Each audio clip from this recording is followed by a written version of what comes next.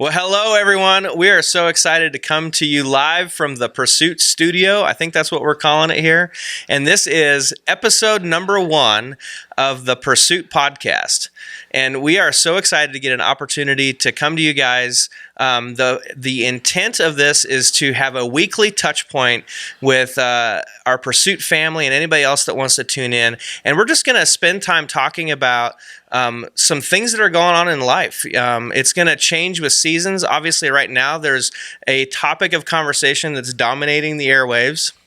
But we want to bring hope to you. We want to bring some humor. We want to talk about some relevant stuff that's going on. We want to share some of the amazing things over the coming episodes, some of the amazing things that some of our team members and leaders are doing in the Pursuit community. And so we're excited to get going. But we thought that it would seem weird not to talk about the elephant in the room for episode 1 as we are in the middle of this crazy thing called the coronavirus pandemic.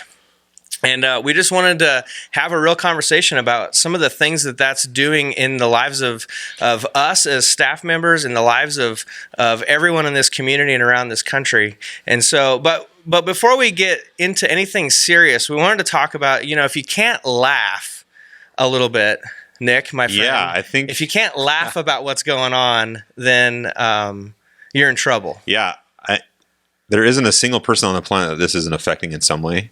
And we all process things different, even when it's crazy and hard. And I've always found personally humor is funny, no matter what the moment looks like. That's not always worked in my Write that down. Humor is funny by Nicholas Bogdan. Sometimes my wife doesn't think something was funny and I laughed, but I laughed anyway. That's bad marriage advice right there. But for me, I like to just do. I'm kind of like a gut person. I like to act. And so my wife the other day, she sent me this text and said, "Hey, I need these things from the store." And I said, "Okay, I'm going to go to the store," which is kind of a crazy place to go to right now. This is good marriage advice. Yeah, and so I'm going to knock out this list. That's my goal. Well, I went to the store and I couldn't find bread flour or butter. And I'm like, okay, that's kind of frustrating because I want to get this list done. So I go to the next store.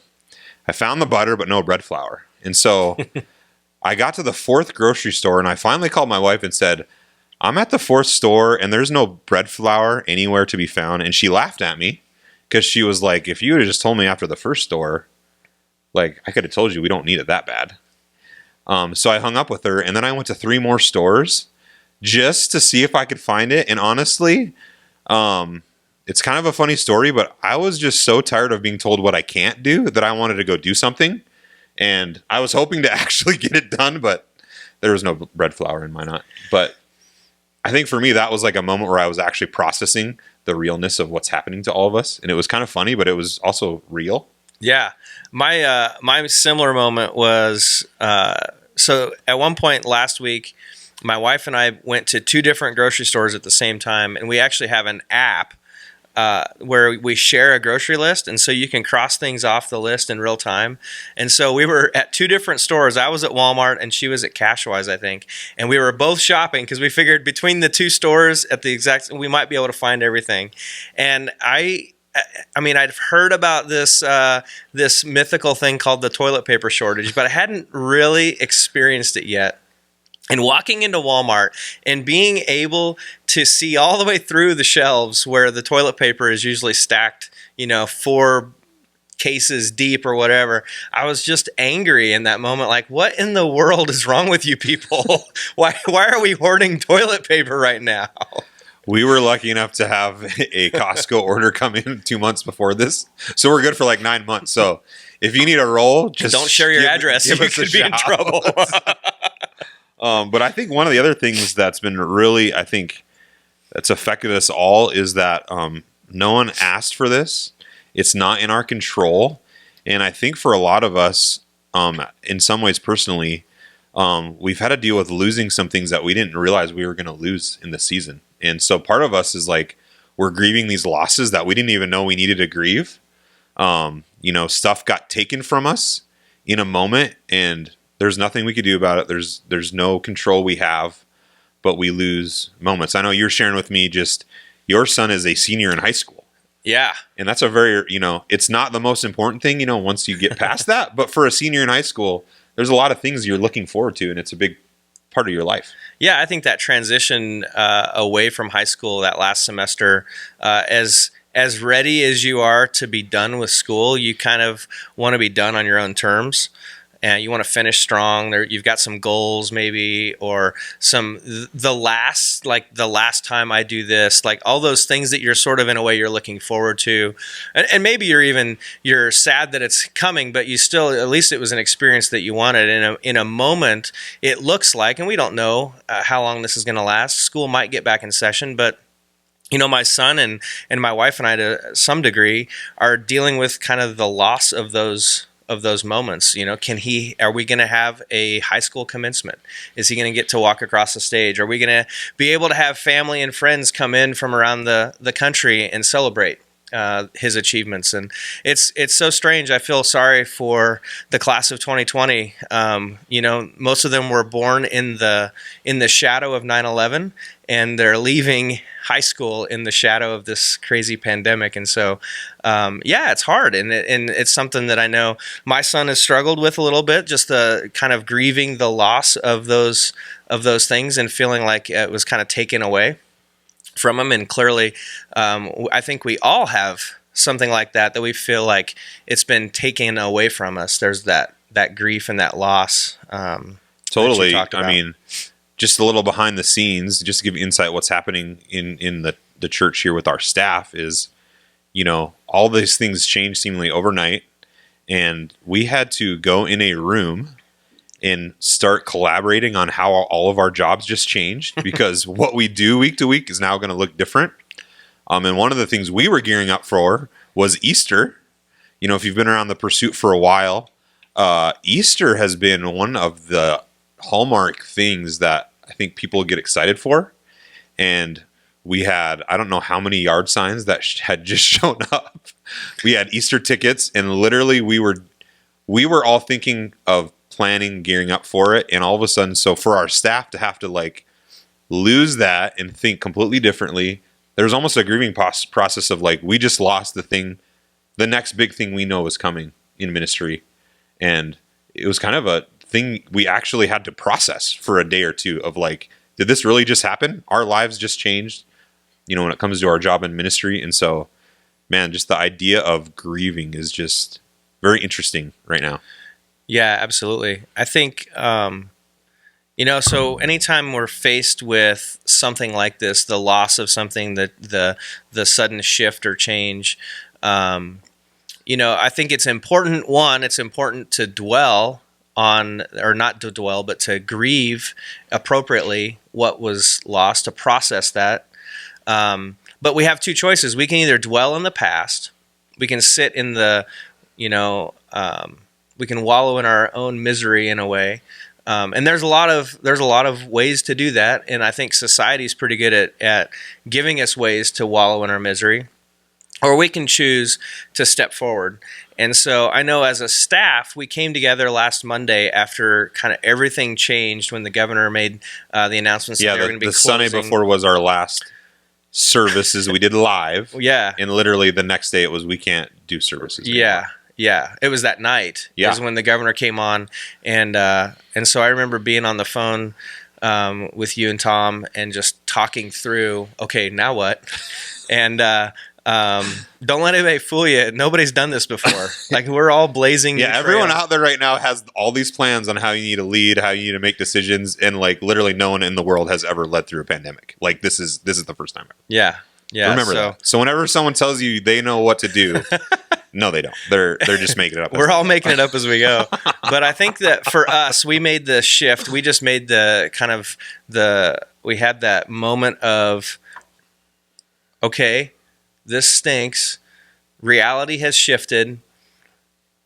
There were lots of things we were going to do. There was lots of things we were excited about.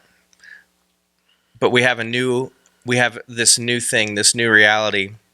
And so I think as a team, what's been really cool is to see us come together over the last week and a half or so and embrace, not mourn or grieve in an extended way the loss of what we had, but to say, okay, we have the opportunity now to do something completely different and to continue to move forward. It made me think of a passage of scripture in Philippians chapter 3. And the Apostle Paul is talking, and then in chapter 3, verses 13 and 14, Paul says this, "Brothers and sisters, I do not consider myself yet to have taken hold of it, but one thing I do, forgetting what is behind and straining toward what is ahead, I press on toward the goal to win the prize for which God has called me heavenward in Christ Jesus."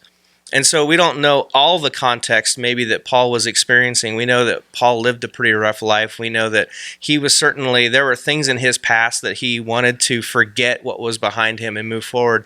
But I think regardless of the circumstance that we find ourselves in, this is such great wisdom and advice that Paul gave us as a challenge to how we live our lives.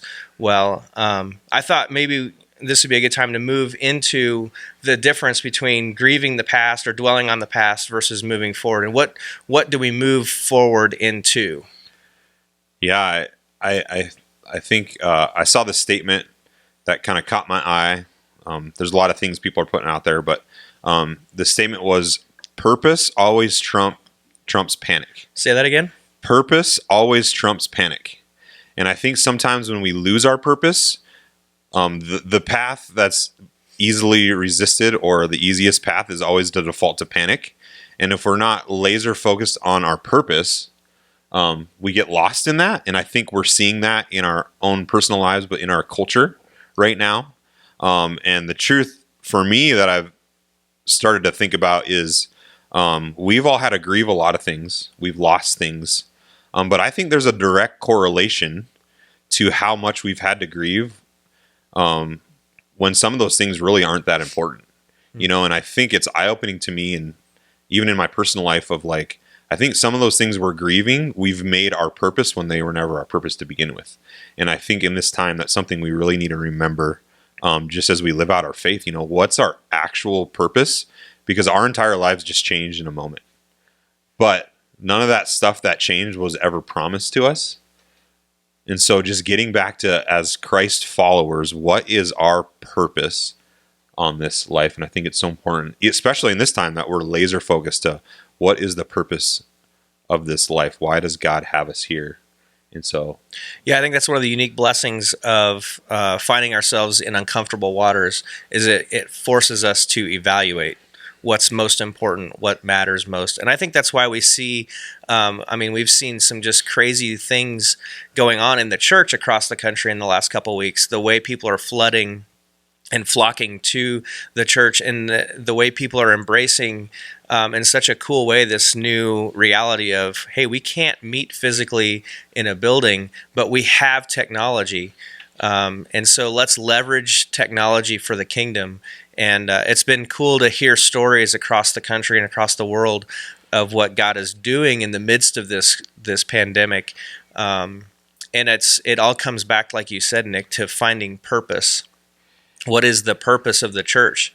Maybe you could share a thought or two on that. Yeah, I think, well, first, I think to get there, I think a lot. So what's interesting is that the church has a very opportune moment to bring hope to places it may not have reached without this, in the sense of, I think a lot of us were living for a purpose that we didn't realize wasn't the purpose we thought we were living for, because we lost a lot of things recently.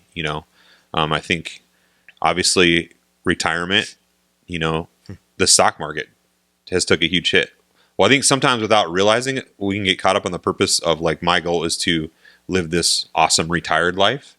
And then all of a sudden that gets taken away and you have nothing left. So I think some of these losses aren't fun, and they have been really hard, but it's made people open and receptive to the hope in Jesus, because they realize that the things they were putting trust in are leaving them disappointed. I have this in my kind of quiet time, this verse that's kind of stuck out to me. Someone shared it, and I started reading it. I've been reading it every day for like 4 days now. But it's in 2 Corinthians chapter 4, And it's talking about the hope we have in Jesus and kind of our purpose, and it alludes to our purpose is to let light shine in the darkness. And then in chapter 4, verse 7, 2 Corinthians, it says, "But we have this treasure in jars of clay to show that this all-surpassing power is from God and not from us. We are hard-pressed on every side, but not crushed, perplexed, but not in despair, persecuted, but not abandoned, struck down, but not destroyed. We always carry around in our body the death of Jesus, so that the life of Jesus may also be revealed in our body. For we who are alive are always being given over to death for Jesus' sake, so that his life may also be revealed in our mortal body." And the context was, being persecuted. We're not necessarily being persecuted. And honestly, the Christian faith or Christian community is being called upon in ways that we would never be called upon before. Our government is recognizing that faith organizations need to bring hope right now. Mm-hmm. And so they're allowing us to do things that we were not allowed to do 2 months ago even. But what I love about that verse is it reminds us of the purpose, that our purpose is to preach Jesus through what we do, through what we say. And that's what this world needs more than anything. It's getting darker and darker, and our light needs to shine brighter and brighter. And so just reminding ourselves as Christ followers that at the end of the day, our purpose is simply to show people Jesus. And there's no guarantee what that's going to look like. I think it's reminding us that there's a lot of promises we may have believed but weren't true in Scripture. Yeah. Like, that's just, our purpose is to glorify God. It doesn't say what the circumstances are going to look like. It doesn't say how messy that's going to be, how not fun that's going to be at times. And so I think it's just, it's a very challenging reminder, but it's good. Yeah. That's our purpose. Yeah. Pastor Andy Stanley has this phrase that just resonates so much with me, and it's always relevant, but it seems maybe even more relevant in this time as we think about how is it that if we have that purpose as followers of Christ, how do we live that out in this strange new normal we find ourselves in? And Andy's quote is, "What does love require of me? What does love require of me?" And so even in the midst of social isolation, social distancing, maybe the loss of a job or the suspension of a job, kids are home. Hello, any parents out there that have you now have a full-time job at home, and you're a full-time teacher at home at the same time. Yeah. So if you want to know how to live out your purpose, I think it's found in that one phrase. What does love require of me? As a parent, what does love require of me? As a coworker, as a neighbor in a neighborhood. And so I guess my challenge to all of us, and I'm speaking to myself as much as anybody right now, is let's look for the things, even in the midst of this new normal. We'd be silly to miss the opportunities that are right in front of us, to love people well, to show people Jesus just through a simple action. I loved you guys, you and your family did what'd you guys call it, a date? It was like a virtual date we thing. Did a digital date. Digital date, and yeah. So community is so important, and so we have some good friends through we're a part of a community group, and so we did a digital date where we put together a package and delivered it to their doorstep, and then we got online at our houses later, and we actually did trivia and just had good connection time and just shared what was going on. So yeah. That's so cool. I think that's another thing, and maybe as we wrap up this podcast is, man, don't live in isolation if you don't want to. There are so many ways and opportunities to get connected and to live out that purpose in community together, because we are stronger when we're together, and we were created to be together. Even for the introverts out there, you still need us on occasion. Come on, admit it. You need us on occasion. So, yes, that is true. I tell you, we'll drop the link to, if you're interested in getting into a group. We are starting a bunch of online groups right now where you can connect with people online, and then obviously once this pandemic thing kind of moves past us and we're able to get back into physical community, those groups will continue to meet, but we'll drop the link in the notes underneath, or the comments underneath on this YouTube channel. So you can post that, and you can click on that link, and you can go and you can sign up to become part of a online group and find community and find that connection and have virtual date nights with your newfound friends. So as we close, we would love for you guys to subscribe to this YouTube channel. We are trying to get to 1,000 subscriptions because it opens up a whole lot of new opportunities for us in the YouTube world as a church to be able to stream content and do even more stuff than we currently do now. And our current YouTube channel, the URL is www.youtube.com/C/The Pursuit Church. And if you would subscribe to that, we would love that. Anything else, Nick? Yeah, I think one thing I want to encourage you guys is, if you tuned into our message this past week, Tom preached about kind of the four things we're all feeling. Yeah. And one of the things I want to tie to through this podcast is that we want to talk about what's relevant to you. And so we would love to hear you share with us, what are your challenges? What are you facing? What are you facing personally? I know there's things universal that we're all facing, but there may be things that we just want to talk about with you. And we may be feeling it as a church as well. The staff are feeling the same things. And we just want to have great conversation. And I know in a lot of ways right now, there's not much hope anywhere. You go on Facebook, you go on the news, like there's just... we need something different right now. Kind of sad. Yeah. And so we just want to provide something that's meaningful to you guys. And so just share with us what content you would find helpful in this time. If you've been around the pursuit for a while, no topic is off topic. Like, we love a challenge. Yeah, we're just going to be authentic. That's how we live our faith, and we're not going to shy away from hard things. There's a lot of hard things we're dealing with right now. Yeah. A lot of hard decisions people are making. There's this health crisis and there's also the economic crisis, and all of a sudden people are making decisions that no one ever wants to be in the position to make. Yeah. And so we know it's affecting you guys just like it's affecting us. And so that's great. So you can, any topic that you would love to hear one of our staff members talk about, you can email that to hello@thepursuit.church, or you can drop it in the comment section on this YouTube video, and we will read those comments, and we'll bring that content to you because we're always looking for some creative ideas. So, ask a hard question, ask something that's going to make us laugh. Nothing's out of bounds. So, well, hey, I think that is all the time we've got for today. We're so excited to be able to bring this content to you, and we're excited to see what God's going to do through this as we lean in together in community here at The Pursuit. Thanks so much. Have a great day.